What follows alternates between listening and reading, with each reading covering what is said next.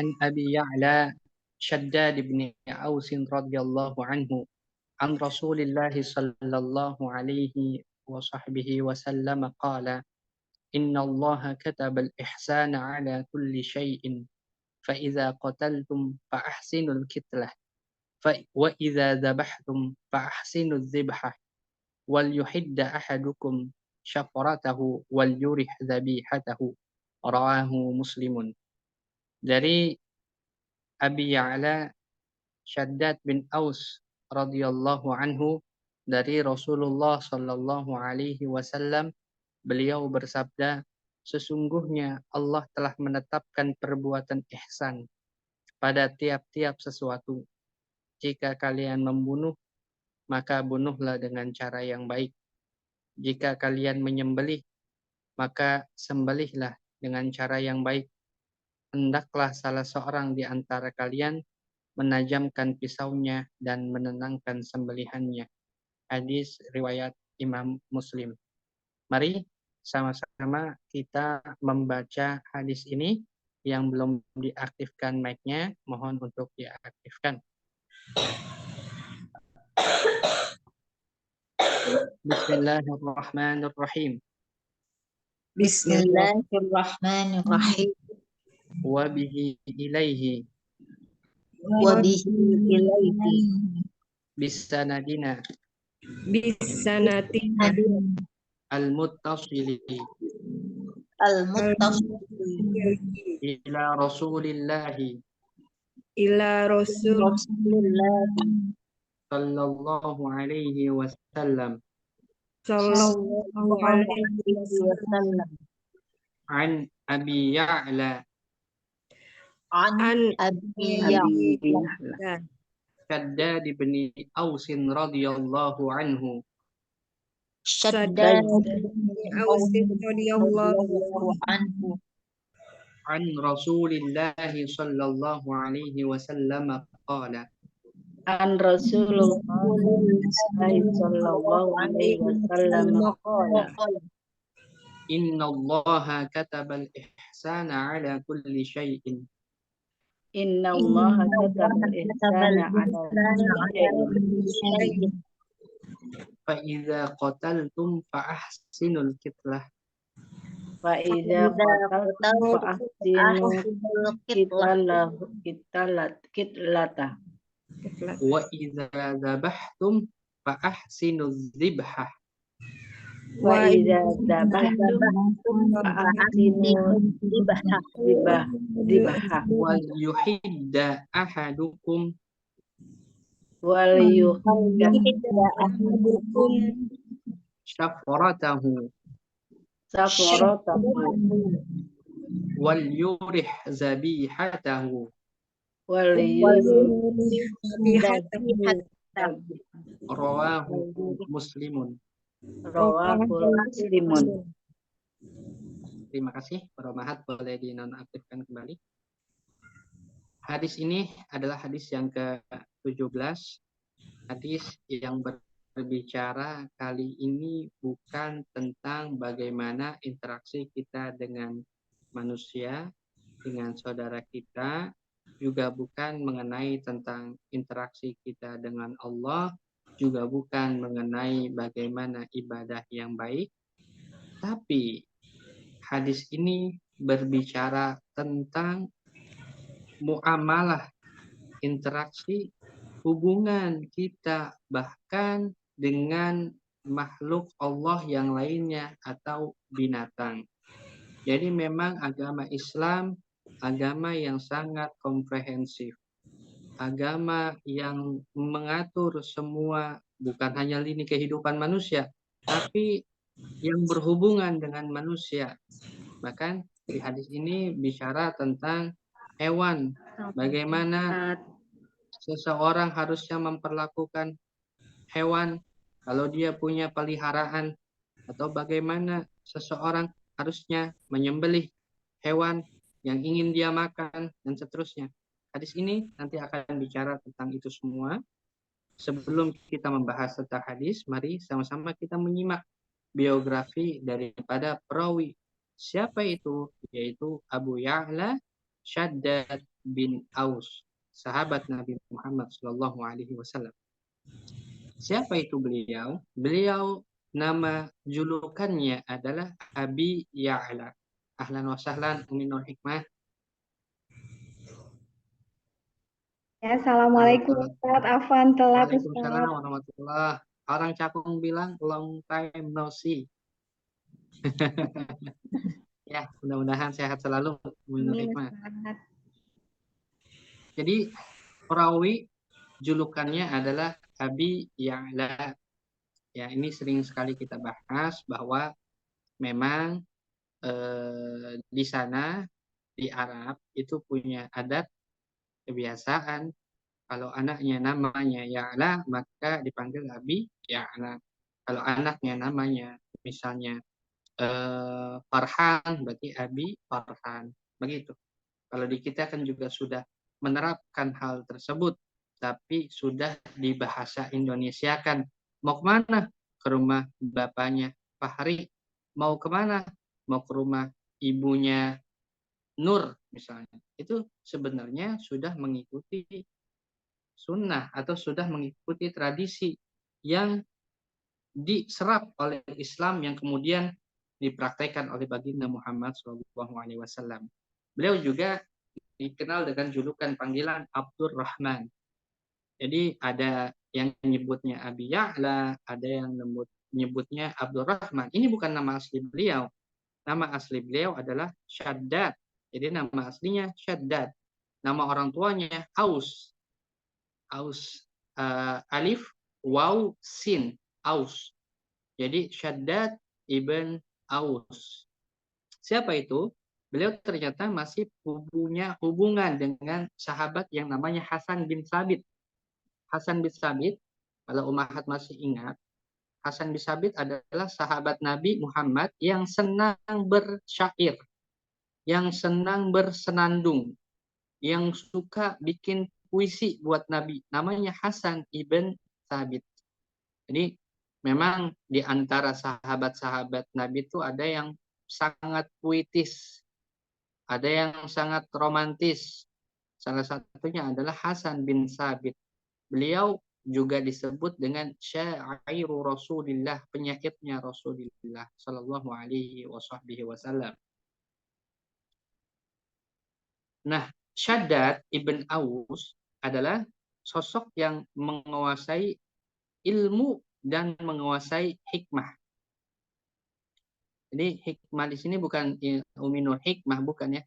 Hikmah di sini adalah hikmah bukan ilmu tentang bisa berjalan di atas air atau bukan kalau ditusuk enggak mempan. Padahal Rasulullah saja ditusuk berdarah, dilempar batu juga berdarah. Kenapa kita umatnya mau melebihi apa yang sudah dilakukan oleh Rasulullah?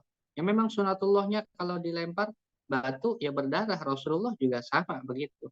Jangan pengen dilempar batunya yang berdarah, nggak ada itu cerita yang kayak gitu ya. Jadi hikmah itu adalah dia mengamalkan apa yang telah dia dapat, itu namanya ilmu hikmah. Dia tahu sholat wajib 5 kali dalam sehari, dia lakukan itu, maka dia diberikan hikmah. Oleh sebab itu Allah Subhanahu wa taala berfirman, "Wa ma utitum minal ilmi illa qalila." Kalian itu kami berikan, kata Allah, sedikit saja ilmu. Wa may yu'til hikmata faqad utiya khairan katsira. Nah, siapa saja yang kemudian dia dapat ilmu, kemudian dia mengamalkan ilmunya dalam kesehariannya dia, maka orang tersebut diberi julukan ahli hikmah.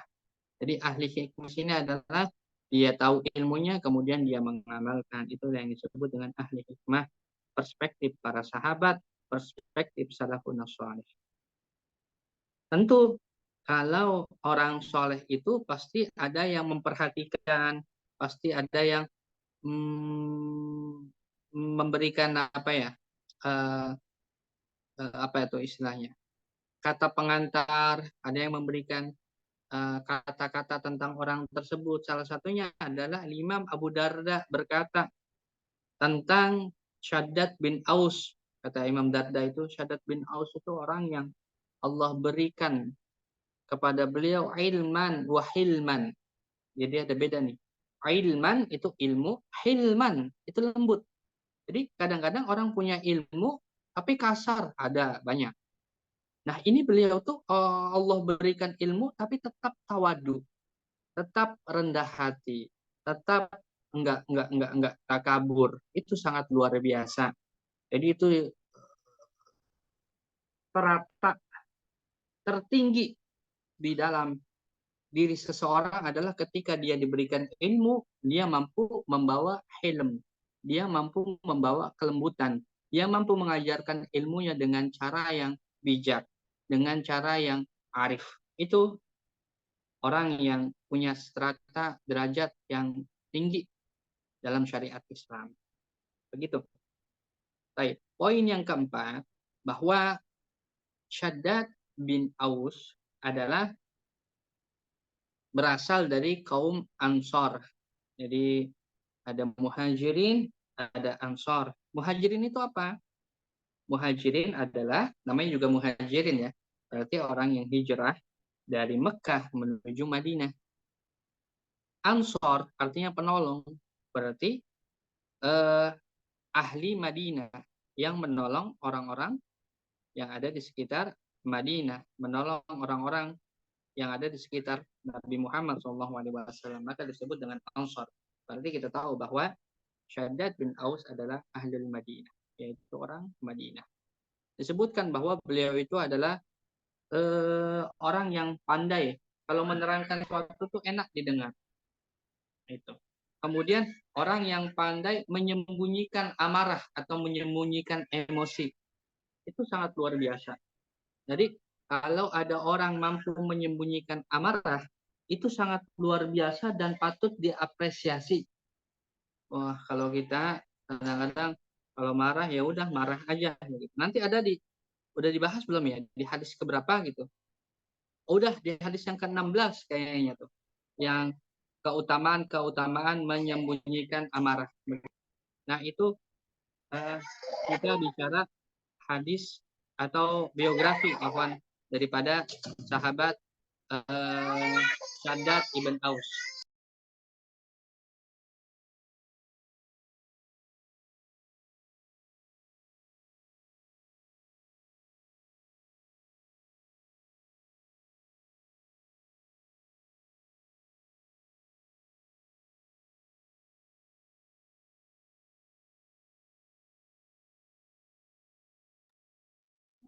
Ya, maaf, kita lanjutkan. Kemudian di bagian kedua, masih bicara tentang sirah daripada Shaddad bin Aus. Jadi Shaddad bin Aus itu kan memang orang yang solih, orang yang baik. Gitu. Jadi beliau tuh kalau sudah berbaring di tempat tidur itu, malah nggak bisa tidur. Kalau saya nggak bisa tidur karena main HP. Kalau beliau tuh nggak bisa tidur karena nggak tenang. Baring kanan, kemudian balik lagi ke kiri. Kemudian akhirnya di risaunya beliau tuh doa, Allahumma inna nara qad asharatni. Sungguhnya ya Allah, neraka telah membangunkanku dan membuatku tidak bisa terlelap. Dan setelah udah lama pengen istirahat tapi nggak bisa, biasanya beliau bangun kemudian sholat hingga terbit fajar. Ya, begitu. Diriwayatkan detik-detik beliau dipanggil menghadap Allah, beliau tuh ini memberikan nasihatnya hebat sekali. Orang-orang kadang-kadang kan nggak tahu kapan dia sakaratul maut, kapan dia akan dipanggil. Berarti dari sini kita tahu bahwa sahabat Shaddad bin Aus itu tahu bahwa umurnya sudah tidak lama lagi. Beliau itu bilang gini, inna ma, sesungguhnya sesuatu yang paling aku takuti ada dua. Yang pertama adalah ria, kemudian yang kedua adalah syahwat yang tersembunyi. Jadi ini sangat luar biasa ya, tentang ria dan tentang syahwat yang tersembunyi. Syahwat yang tersembunyi itu adalah diam-diam pengen terkenal, diam-diam pengen macam-macam lah. Dengan amalan ibadah maksud saya. Baik. Lanjut. Ayahnya bernama Aus. Jadi juga seorang sahabat. Maka seharusnya kalau kita bicara tentang Shaddad bin Aus bukan radhiyallahu anhu, tapi radhiyallahu anhuma karena ayahnya seorang sahabat Nabi. Begitu. Beliau lama menetap di Baitul Maqdis, berarti di Palestina. Punya keturunan di sana, wafat juga di sana pada tahun 58 Hijriah, di umur 75 tahun. Makamnya, kalau ada yang pernah ke Baitul Maqdis, itu di samping Babur Rahmah. Meriwayatkan 50 hadis dari baginda Muhammad Sallallahu Alaihi Wasallam. Baik, kita langsung masuk ke dalam konten hadis. Dalam hadis itu kan Nabi Muhammad Sallallahu Alaihi Wasallam sabdanya apa? Innallaha kataba. Sama kayak di Al-Quran itu kemarin pas kita Ramadan itu di surat Al-Baqarah. Ya ayyuhalladzina amanu kutiba. Kan diambil dari penggalan yang sama. Kataba kutiba. Terjemahannya apa? Wahai orang-orang yang beriman, diwajibkan atas kalian berpuasa. Berarti di hadis juga sama. Innallaha kataba. Sesungguhnya Allah kataba artinya bukan menuliskan tapi mewajibkan. Begitu caranya. Cara menerjemahkan, cara mentranslate-nya seperti itu. Mewajibkan. Al-ihsan. Mewajibkan ihsan. Berbuat baik kepada siapapun, ala kulli syai. Kepada siapapun itu. Jadi ihsan itu nanti terbagi menjadi beberapa hal. Jadi berbuat baik itu bukan hanya berbuat baik kepada orang yang kita kenal. Enggak. Kita akan bahas ihsan satu persatu. Yang pertama, ihsan untuk diri sendiri. Kita harus berbuat baik kepada diri kita sendiri. Kita nggak boleh selalu menyalahkan diri kita sendiri. Kita nggak boleh selalu minder dengan diri kita sendiri. Sebenarnya ini luar biasa nasihat untuk saya pribadi juga. Ihsan untuk diri sendiri artinya menstimulasi diri sendiri untuk melakukan ketaatan, meninggalkan ketidakbaikan, dan tidak menempatkan diri pada lingkungan yang buruk. Kalau kita tahu ada di sana lingkungan yang tidak baik, kita harus menarik diri kita supaya tidak terlibat ke dalam lingkungan tersebut. Karena kita belum mantap seperti patennya Nabi Muhammad ya. Kalau Nabi Muhammad kan di tempat yang buruk beliau datang semuanya jadi baik. Kalau kita di tempat yang buruk yang tadinya baik bisa jadi malah jadi buruk. Maka harus mencari lingkungan, harus mencari tempat yang bisa mendukung kita mendekatkan diri pada Rabb Azza wa Jalla. Juga untuk anak-anak kita, misalnya kita tahu misalnya ada lingkungan ini, kemudian ada pergaulan yang kurang baik, kita tarik anak tersebut. Kemudian ketika kita tarik, kita harus cari solusi di mana nih kira-kira yang bisa bikin anak saya itu berkembang, tapi kembangnya kembang tumbuh positif. Gitu. Jadi harus diarahkan, karena anak itu betul-betul butuh arahan daripada orang tuanya. Baik. Menggelapkan hati dengan maksiat, kemudian tidak selalu menuruti semua keinginan hati. Iya, betul. Jadi ini yang disebut dengan syahwat khafiyah. Syahwat yang tersembunyi adalah setiap sesuatu yang kita pengen ini nggak selalu kita turuti. Gitu. Jadi harus kadang-kadang ditahan. Misalnya, ya Allah, ya Allah, saya pengen beli pesawat. Gitu. Iya, nggak boleh itu.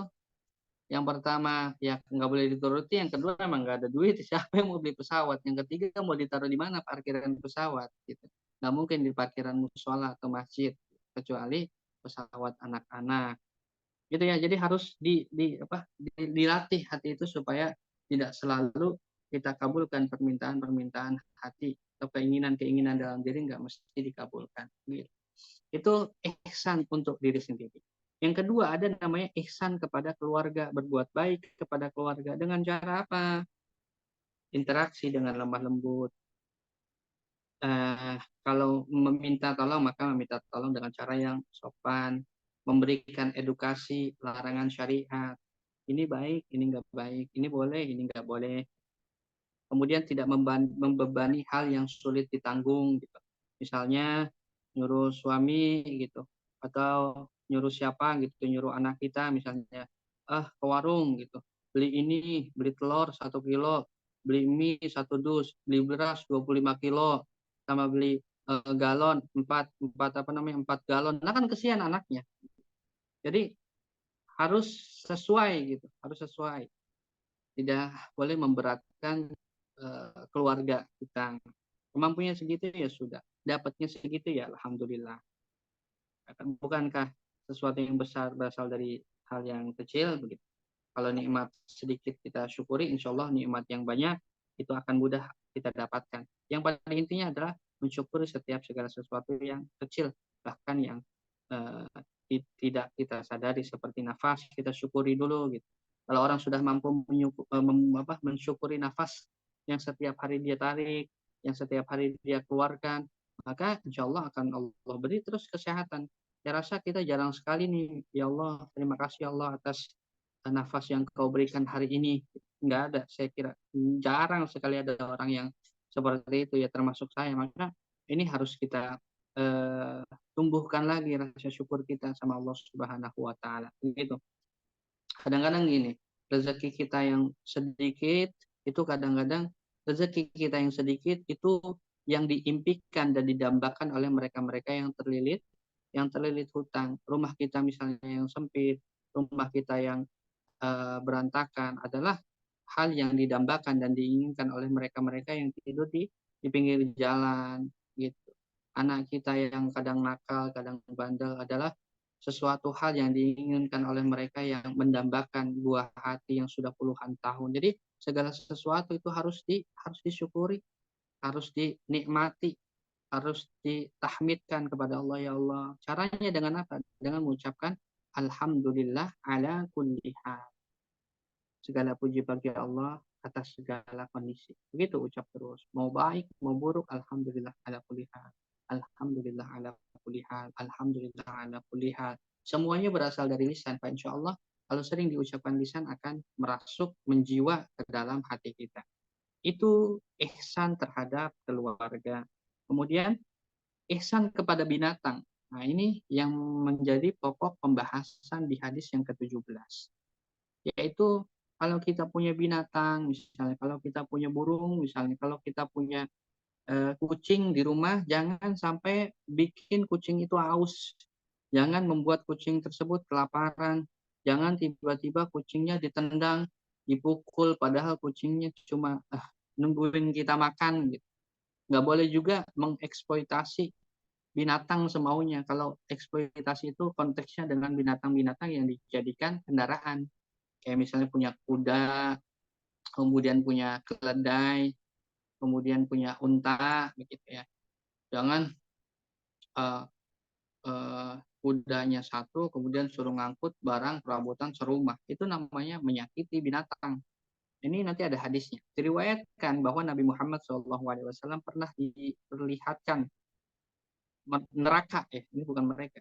Di neraka itu ada seorang wanita, tubuhnya itu gelap kelam, sedang disiksa. Kemudian Nabi Muhammad bertanya kepada malaikat, wahai malaikat, kenapa kok wanita itu disiksa? Apa yang menyebabkan dia disiksa?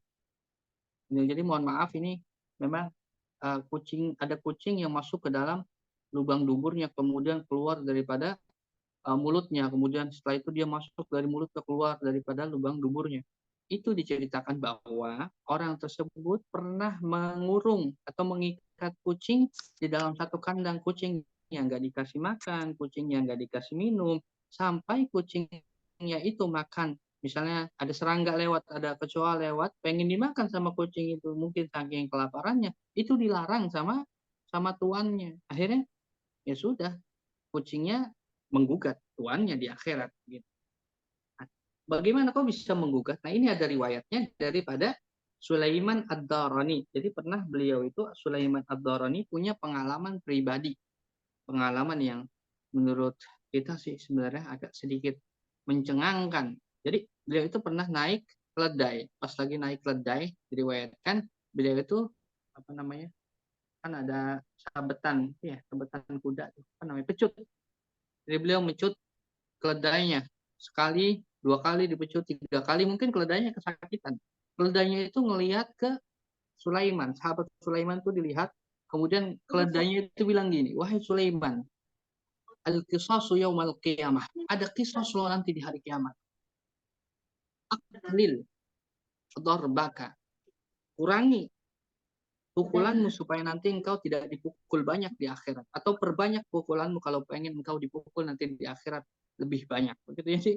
Ada komunikasi antara keledai dengan tuannya, itu diriwayatkan. Akhirnya semenjak saat itu diriwayatkan bahwa sahabat Sulaiman Ad-Darani tidak pernah lagi memukul keledai. Jadi pada maaf yang dirahmati Allah Subhanahu wa taala, itu memang terjadi ya. Harus menyayangi bukan hanya untuk manusia, bukan hanya untuk keluarga, tapi menyayangi manusia. Binatang, afwan. Selanjutnya ihsan kepada manusia. Bagaimana itu ihsan kepada manusia? Ihsan kepada umat manusia, tidak menipu. Nggak boleh nipu. Harus banyak ngasih nasihat. Interaksinya juga bagus. Senyum, bantu orang lain. Kalau ada masalah berikan solusi. Kalau kita bisa kasih solusi, minimal tidak mengumpat, minimal tidak membicarakan orang tersebut. Kemudian mendoakan orang-orang muslim, orang-orang muslimah bersedekah. Bersedekah itu paling ringannya itu adalah doa Allahumma ghfir lil muslimin wal muslimat wal mu'minin wal mu'minat al ahya'i minhum wal amwat. Itu sedekah yang sangat luar biasa. Bahkan diriwayatkan itu kalau seandainya kita sering doa seperti itu, maka ketika kita wafat itu akan disambut oleh orang-orang muslim dan muslimah yang sudah ada di surga. Kenapa kok bisa disambut? Karena setiap harinya kita mendoakan mereka dan mereka akan mengenali orang-orang yang mendoakan mereka ketika di dunia. Begitu. Jadi pengenkah kita dikenal sama penduduk surga? Sudah doakan kaum muslimin dan kaum muslimah. Itu mudah sekali kok. Atau tinggal amin saja, ada imamnya, ada orang yang baca doa, aminkan, aminkan, amin. Apa susahnya mengaminkan? Selanjutnya ada ihsan kepada ulama, yaitu menghormati mereka, menerima dan menerapkan kebaikan yang telah disampaikan, dan tidak mengumbar keburukan yang pernah ia lakukan. Ya betul. Kalau ada kesalahan misalnya, karena manusia itu tidak mungkin lepas atau luput daripada kesalahan. Yang tidak punya salah itu satu Rasulullah SAW. Yang lainnya punya salah, yang lainnya pernah khilaf. Maka kalau ada ulama, ada ustadz yang pernah melakukan kesalahan, sebisa mungkin kita tutup aib daripada orang tersebut. Kemudian ihsan banyak ya. Ini ada ihsan kepada malaikat. Bagaimana caranya? Mempercayai eksistensinya. Artinya kita percaya bahwa malaikat itu ada. Kita harus yakin bahwa mereka adalah makhluk Allah yang mulia, makhluk Allah yang tidak pernah menentang perintahnya Allah Subhanahu wa taala dan seterusnya. Kalau ada orang nggak percaya malaikat, maka dia keluar daripada ajaran Islam. Kenapa? Karena rukun iman adalah percaya kepada malaikat. Begitu.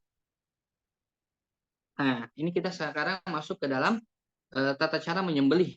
Kalau kita bicara tentang cara menyembelih hewan.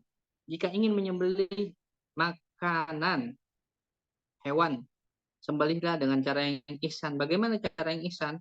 Mencari metode yang paling ringkas dan ringan bagi hewan, yaitu dengan menyembelih di bagian leher.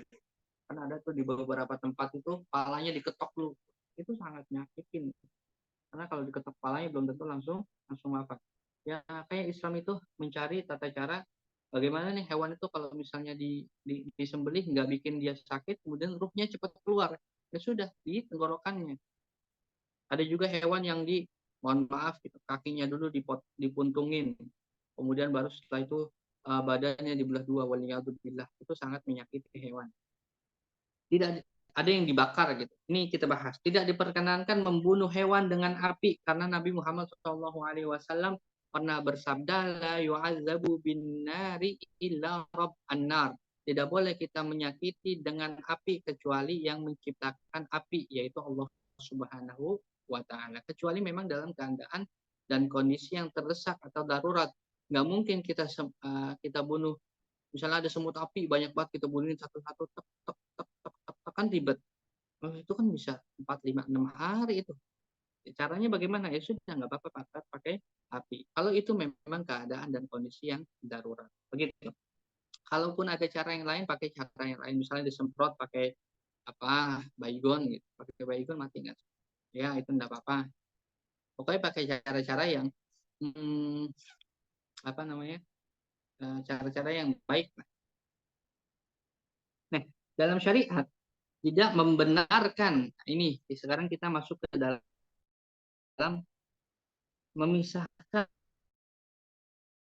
anak dengan ibunya. Syariat tidak membenarkan seseorang memisahkan induk dengan anak-anaknya. Tuh.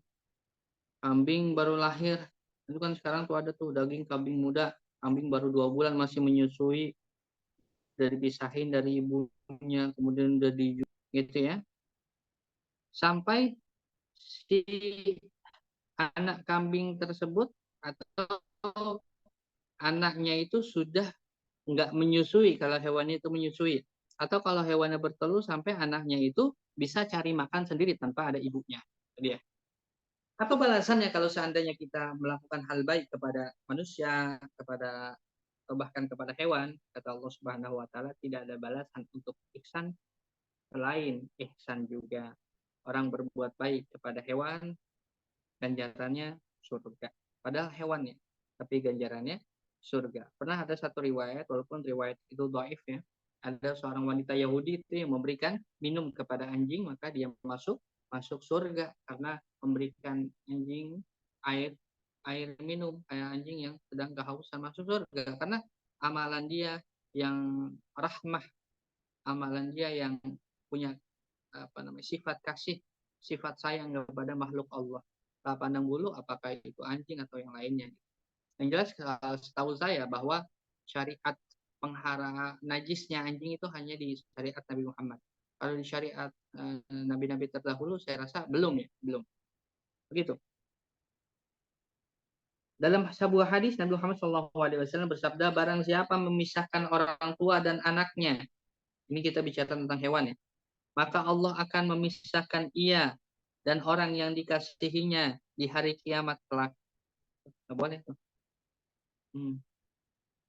Baru lahir langsung dipisahin, baru lahir baru dipisahin. Boleh. Nanti kita akan dipisahkan dengan orang-orang yang kita sayang di akhirat. Baik. Ini bicara tentang hukum bagaimana memisahkan induk dengan anak hewan. Menurut Imam Nawawi, memisahkan induk dengan hewan setelah selesai masa menyusui. Jadi kambing yang misalnya udah nggak nyusuin lagi, kemudian dipisahkan daripada ibunya supaya kambing tersebut atau domba tersebut atau sapi tersebut bisa untuk dijual kemudian disembelih, hukumnya boleh. Boleh ya. Selama anak kambing tersebut sudah tidak menyusui. Tuh. Kemudian yang kedua, boleh memisahkan induk dan anak hewan yang sudah cukup usia dan lepas menyusui dengan tujuan disembelih. Sifatnya adalah mutlak boleh. Mutlak boleh. Kalau yang tadi masih ada yang makruhnya. Namun ada catatan bahwa bila tidak terdapat tujuan yang dibenarkan oleh syariat, misalnya disembelih, enggak, misalnya saya mau ngasih aja, tapi bukan untuk disembelih ya, bukan untuk dikurbankan, tapi mau ngasih ke saudara, itu nggak boleh, makruh. Bahkan kata salah satu imam, yaitu Imam Rafi'i, haram. Ya. Jadi pendapat yang pertama, boleh kalau seandainya tujuannya untuk dikurbankan. Kalau bukan untuk dikurbankan, bukan untuk disembelih, bukan untuk akikah atau bukan untuk yang lainnya, hanya untuk misalnya ngasih hadiah, hanya untuk supaya di sana makannya enak, itu tidak boleh. Pendapatnya makruh bahkan haram. Yang kedua, itu boleh mutlak. Mau dia ngasih tetangganya, nggak dipotong gitu, nggak disembeli, bukan buat akikah, bukan buat kurban, itu boleh secara mutlak. Pendapat yang ketiga, menjual induk hewan atau anaknya dalam kondisi anaknya masih menyusui. Kalau tadi anaknya yang kita ambil, kalau sekarang induknya yang kita ambil. Ya. Kalau induknya yang kita ambil sedangkan anaknya masih menyusui, maka haram dan akadnya batal. Punya sapi baru ngelahirin, udah mau bulan haji, ada yang nawar, itu berapa tuh? Itu tapi masih ada anaknya, masih nyusuin nggak apa-apa, udah saya bayarin tuh berapa sapi, dibayarin 30 juta, maka haram, dosa yang menjual, dosa juga yang membeli. dan batal akadnya, tidak sah akadnya. Akad jual belinya tidak sah kalau seandainya sapi tersebut masih punya anak dan anaknya masih menyusui. Gitu.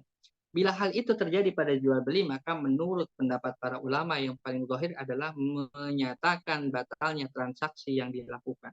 Gitu. Jadi memang kita juga harus teliti kalau mau beli hewan kurban, mau beli kambing harus teliti nih kambing mana nih. Kalau di Syafi'i itu boleh ya, mau kambing jantan, mau kambing betina itu semuanya boleh untuk disembelih. Gitu.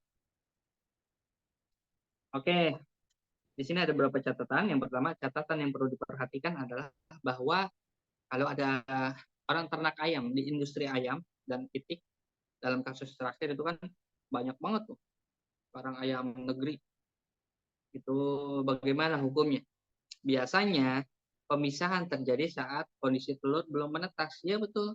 Kadang-kadang telurnya itu diambil, belum netes kan diambil, kemudian ya sudah ibunya udah nggak mikirin karena ibunya nggak ketemu sama anaknya, tapi masih dalam kondisi telur. Kalau itu tidak apa-apa. Kenapa? Karena tidak menimbulkan efek gejala stres pada indukannya. Oleh karena itu, maka status hukum pemisahan ini adalah diperbolehkan kalau hewannya adalah hewan yang bertelur. Pas telur, diambil langsung. Jangan nunggu netes. Pas telur diambil. Ditaruh di inkubasi. Telur. Kan ada tuh, sekarang tuh ada alat inkubasi. Telur ditaruh di situ, tanpa dirami oleh induknya, nanti netes sendiri. Begitu. Jadi kalau dalam permasalahan hewan yang beternak, hewan yang bertelur itu boleh untuk diambil. Saya rasa itu ya. Jadi memang sangat luar biasa. Islam itu mengatur kehidupan, semua lini kehidupan, bahkan antar manusia dengan hewan. Manusia dengan hewan itu diatur dalam Islam. Sangat luar biasa. Yang mudah-mudahan kita semuanya bisa berlaku rahmah, bisa punya rasa kasih sayang pada keluarga kita, apalagi lebih khusus juga terhadap makhluk Allah yang lain. Saya rasa itu. Silahkan kalau ada yang mau ditanyakan, ahlan wa sahlan.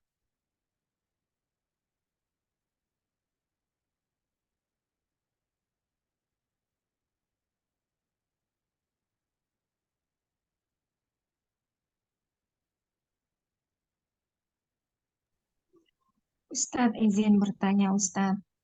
Ahlan. Silakan. Tadi dijelaskan kalau membunuh binatang tidak boleh dibakar ya. Iya. Maaf, kalau raket nyamuk itu gimana ya Ustadz? Saya kan beli tapi habis itu lihat di situ jadi ragu ini termasuk dibakar atau Oh iya, raket nyamuk ya, Ama ya? Halo? Nyambung, halo? Ya, nyamuknya istilah kan nyamuk mengganggu kita ya Iya, Ustadz. Itu boleh nggak kita membunuhnya pakai raket nyamuk gitu? Iya, kalau hukum membunuh raket nyamuk, pembahasan, sudah ada pembahasan, masuknya ini sebenarnya makruh, bukan haram ya. Sebenarnya makruh, karena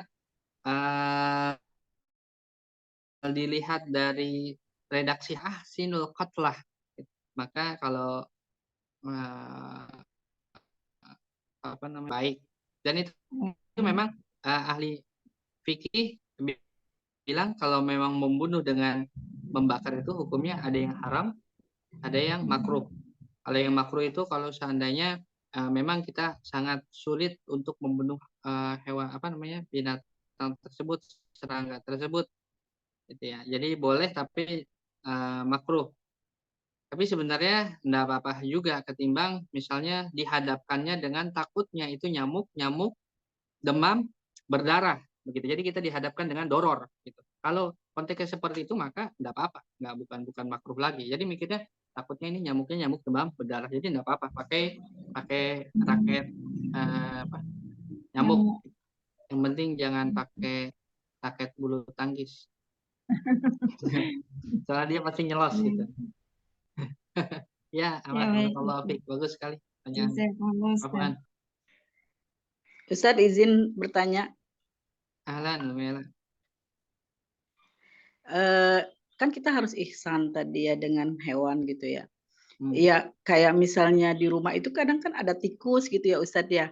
Kita Mm-mm. jebak gitu kan, Hmm. Hmm. dengan apa gitu, terus di ini kan pakai lem tikus atau Iya, kecoa gitu ya. iya, Kita pukul karena kan jijik banget ya Ustadz, kalau khawatir dia iya, kecoa dari kamar mandi terus ke makanan atau kemana gitu ya itu. iya. Itu Hmm. gimana ya Ustadz?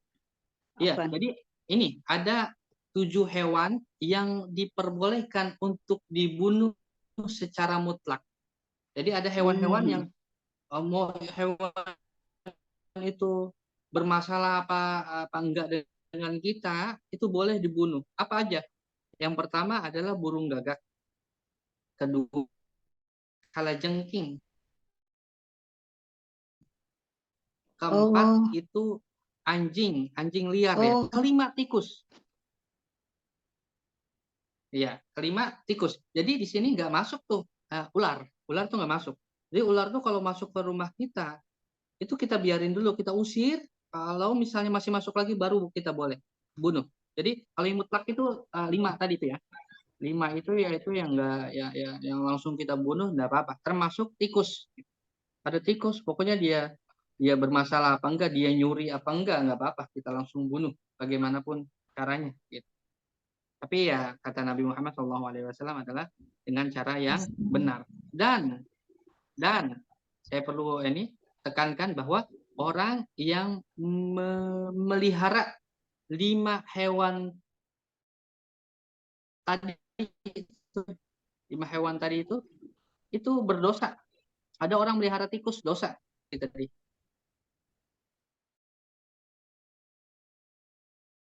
gagak. Gagak dosa. Ada orang melihara anjing yang suka gigit tuh, anjing liar gitu, dosa. Melihara kalajengking dosa. Itu nggak punya manfaat. Kalau dalam hukum fikih ya, ada 2 lagi saya lupa. Ya, gitu ya. Jadi kalau memelihara yang ya sedikit bermanfaat lah, melihara ayam gitu. Melihara entok, Kalau bebek kan bisa cicak, Ustaz, dimakan. cicak Kenapa? itu dibunuh nggak? Cicak, cicak. Oh, cicak. Cicak ya boleh, memang ada dalil yang memperbolehkan untuk membunuh cicak itu. Enggak apa-apa sih kalau misalnya mau dibunuh enggak masalah. Tapi ya enggak apa-apa. Saya lupa hadisnya tadi, mau Iya, nyampein hadis tapi cicak saya lupa. kalau nggak salah iya Ustadz ya. Iya, cicak memang ada. Senilai kita membunuh berapa orang Yahudi gitu ya, kalau nggak salah pernah dengar ya. Iya, betul. Betul sekali, Om Yela. Jadi memang ada anjuran untuk membunuh cicak. Karena waktu itu cicak itu membantu membocorkan tempat persembunyian Nabi dengan Sebenarnya. sahabat Abu Bakar. Iya. Usulnya seperti itu. Cicak nunjuknya pakai lidahnya. Tapi kita repot juga kalau mau cari pahala lewat bunuh cicak. Cari pahalanya lewat ini aja, tilawah Al-Quran.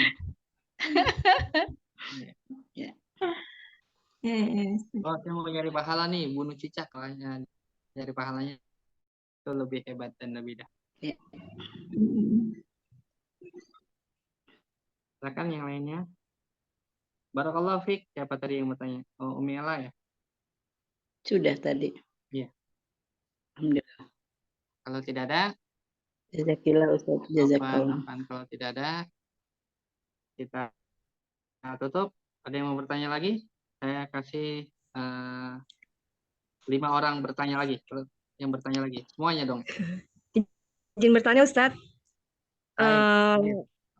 Kadang kan ada apa sih namanya, ada hewan-hewan tertentu kayak tikus, tuh kodok tuh buat ujian praktek di beda-beda begitu, gimana tuh Ustadz hukumnya tuh Ustadz? Iya, pokoknya segala sesuatu yang berhubungan dengan pendidikan itu diperbolehkan. Yang tadinya haram itu bisa jadi boleh. Kalau untuk penelitian, riset, dan pendidikan itu diperbolehkan di dalam Islam ya. Bahkan dalam hukum yang masyhur, yang terkenal itu kan wanita haid tidak boleh membaca Al-Quran. Tapi dalam kondisi yang sangat darurat, misalnya besok ujian Al-Quran, kalau nggak murojaah nanti dia nggak naik kelas, maka diperbolehkan. Pokoknya hal-hal yang berbau edukasi, berbau pendidikan yang tadinya tidak diperbolehkan, maka diperbolehkan. Termasuk misalnya dia melakukan riset dengan binatang yang najis, misalnya waliyadzubillah, babi atau apa gitu, maka itu diperbolehkan kalau ada unsur edukasi atau unsur riset, itu tidak apa-apa. Termasuk itu Ustadz, kan ada yang apa namanya ternak tikus itu yang khusus buat uji coba Oh gitu iya, Ustadz. itu kalau ternak tikus berarti dia punya ranah yang berbeda. Kalau di ini ya, kita bicara lintas mazhab saja. Kalau di mazhab Imam Syafi'i itu tidak boleh, namanya ternak tikus itu nggak boleh. Ternak tikus, ternak al-hasyarat, binatang atau serangga-serangga yang laki matalaha, yang nggak punya nilai, itu tidak diperbolehkan. Di mazhab siapa? Imam Syafi'i itu nggak boleh, nggak boleh. Tapi ada yang memperbolehkan, yaitu di satu mazhab, yaitu Imam Abu Hanifah. Dalilnya daripada Imam Abu Hanifah adalah Allah tidak mungkin menciptakan segala sesuatu batil dengan cara yang sia-sia. Maka segala sesuatu yang punya manfaat itu boleh untuk diperjualbelikan. Kalau di Imam Syafi'i, sesuatu yang najis itu tidak boleh untuk najis dan menjijikan itu tidak boleh untuk diperjualbelikan. Jadi di mazhab Imam Syafi'i itu juga tidak boleh ada jual beli praktek pupuk kandang yang terbuat dari kotoran hewan, gitu ya, kotoran kambing kan, gitu kan, kotoran sapi dan terus ada nggak kotoran sapi, kotoran kambing ya, setahu saya kotoran sapi nggak ada. Begitu. Ustadz, tanya lagi boleh? Boleh. Karena tadi menyinggung masalah mazhab, artinya kalau misalnya sholatnya kita menggunakan mazhab Hanafi misalnya, kemudian untuk kehidupan sehari kita menggunakan mazhab siapa, itu bagaimana ya Ustadz ya? Kalau mau sholat satu paket nggak apa-apa. Misalnya wudunya Syafi'i, sholatnya Syafi'i, nggak apa-apa. Kalau mau sholatnya Hanafi, wudunya Syafi'i, itu yang tidak diperkenankan. Jadi satu paket. Misalnya di umroh gitu. Umroh kan kalau di mazhab Imam Syafi'i, kalau nyentuh dan disentuh itu kan batal. Menyentuh dan disentuh batal. Maka dia pindah mazhab ke mazhabnya Imam Hanafi. Imam Hanafi disentuh itu nggak batal selama tidak menimbulkan syahwat, begitu. Maka wudunya juga mazhab Imam Abu Hanifah, yang kalau rambutnya itu dibasuh sampai belakang. Jadi harus satu paket. Jadi paketnya tidak dijual terpisah. Iya, tapi kan apa Ustadz masih penasaran. Di Indonesia itu kan memang masyarakatnya menggunakan mazhab Syafi'i. Tapi kayak tadi itu kan kehidupan sehari-harinya kan mereka berbeda ya, tidak menggunakan mazhab itu tidak dipergunakan gitu loh. Kalau saya itu selama saya melihat gitu, neliti, itu rata-rata semua amaliyah daripada orang-orang Indonesia itu mazhab Syafi'i. Walaupun misalnya ada yang sedikit agak beda, itu di mazhab Syafi'i juga, tapi pendapatnya pendapat yang lemah, tapi nggak apa-apa. Jadi artinya itu semuanya tersyafi'ikan gitu, secara sadar atau nggak sadar, gitu. Karena memang tuan guru, para masyayikh, para asatidz, para ulama itu rata-rata Syafi'i, gitu kan. Bahkan Imam Hasan al-Banna juga Syafi'i, karena beliau berasal dari Mesir, dan Mesir itu mayoritasnya mazhabnya Syafi'i, karena Imam Syafi'i dikuburkannya artinya pusarnya beliau ada di Syafi'i. Kemudian mazhabnya juga besarnya di Mesir. Begitu, Umi Ella. Baik. Jadi memang kita aman, insya Allah aman. Jazakallah. Jadi mau kayak gimana aja aman, insya Allah. Wayak.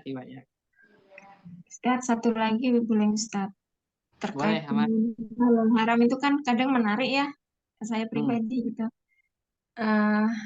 Kebetulan kalau di Kediri itu kan banyak itu sate itu Ustadz, sate kicot Jawa. itu. Ya, Oh, begitu.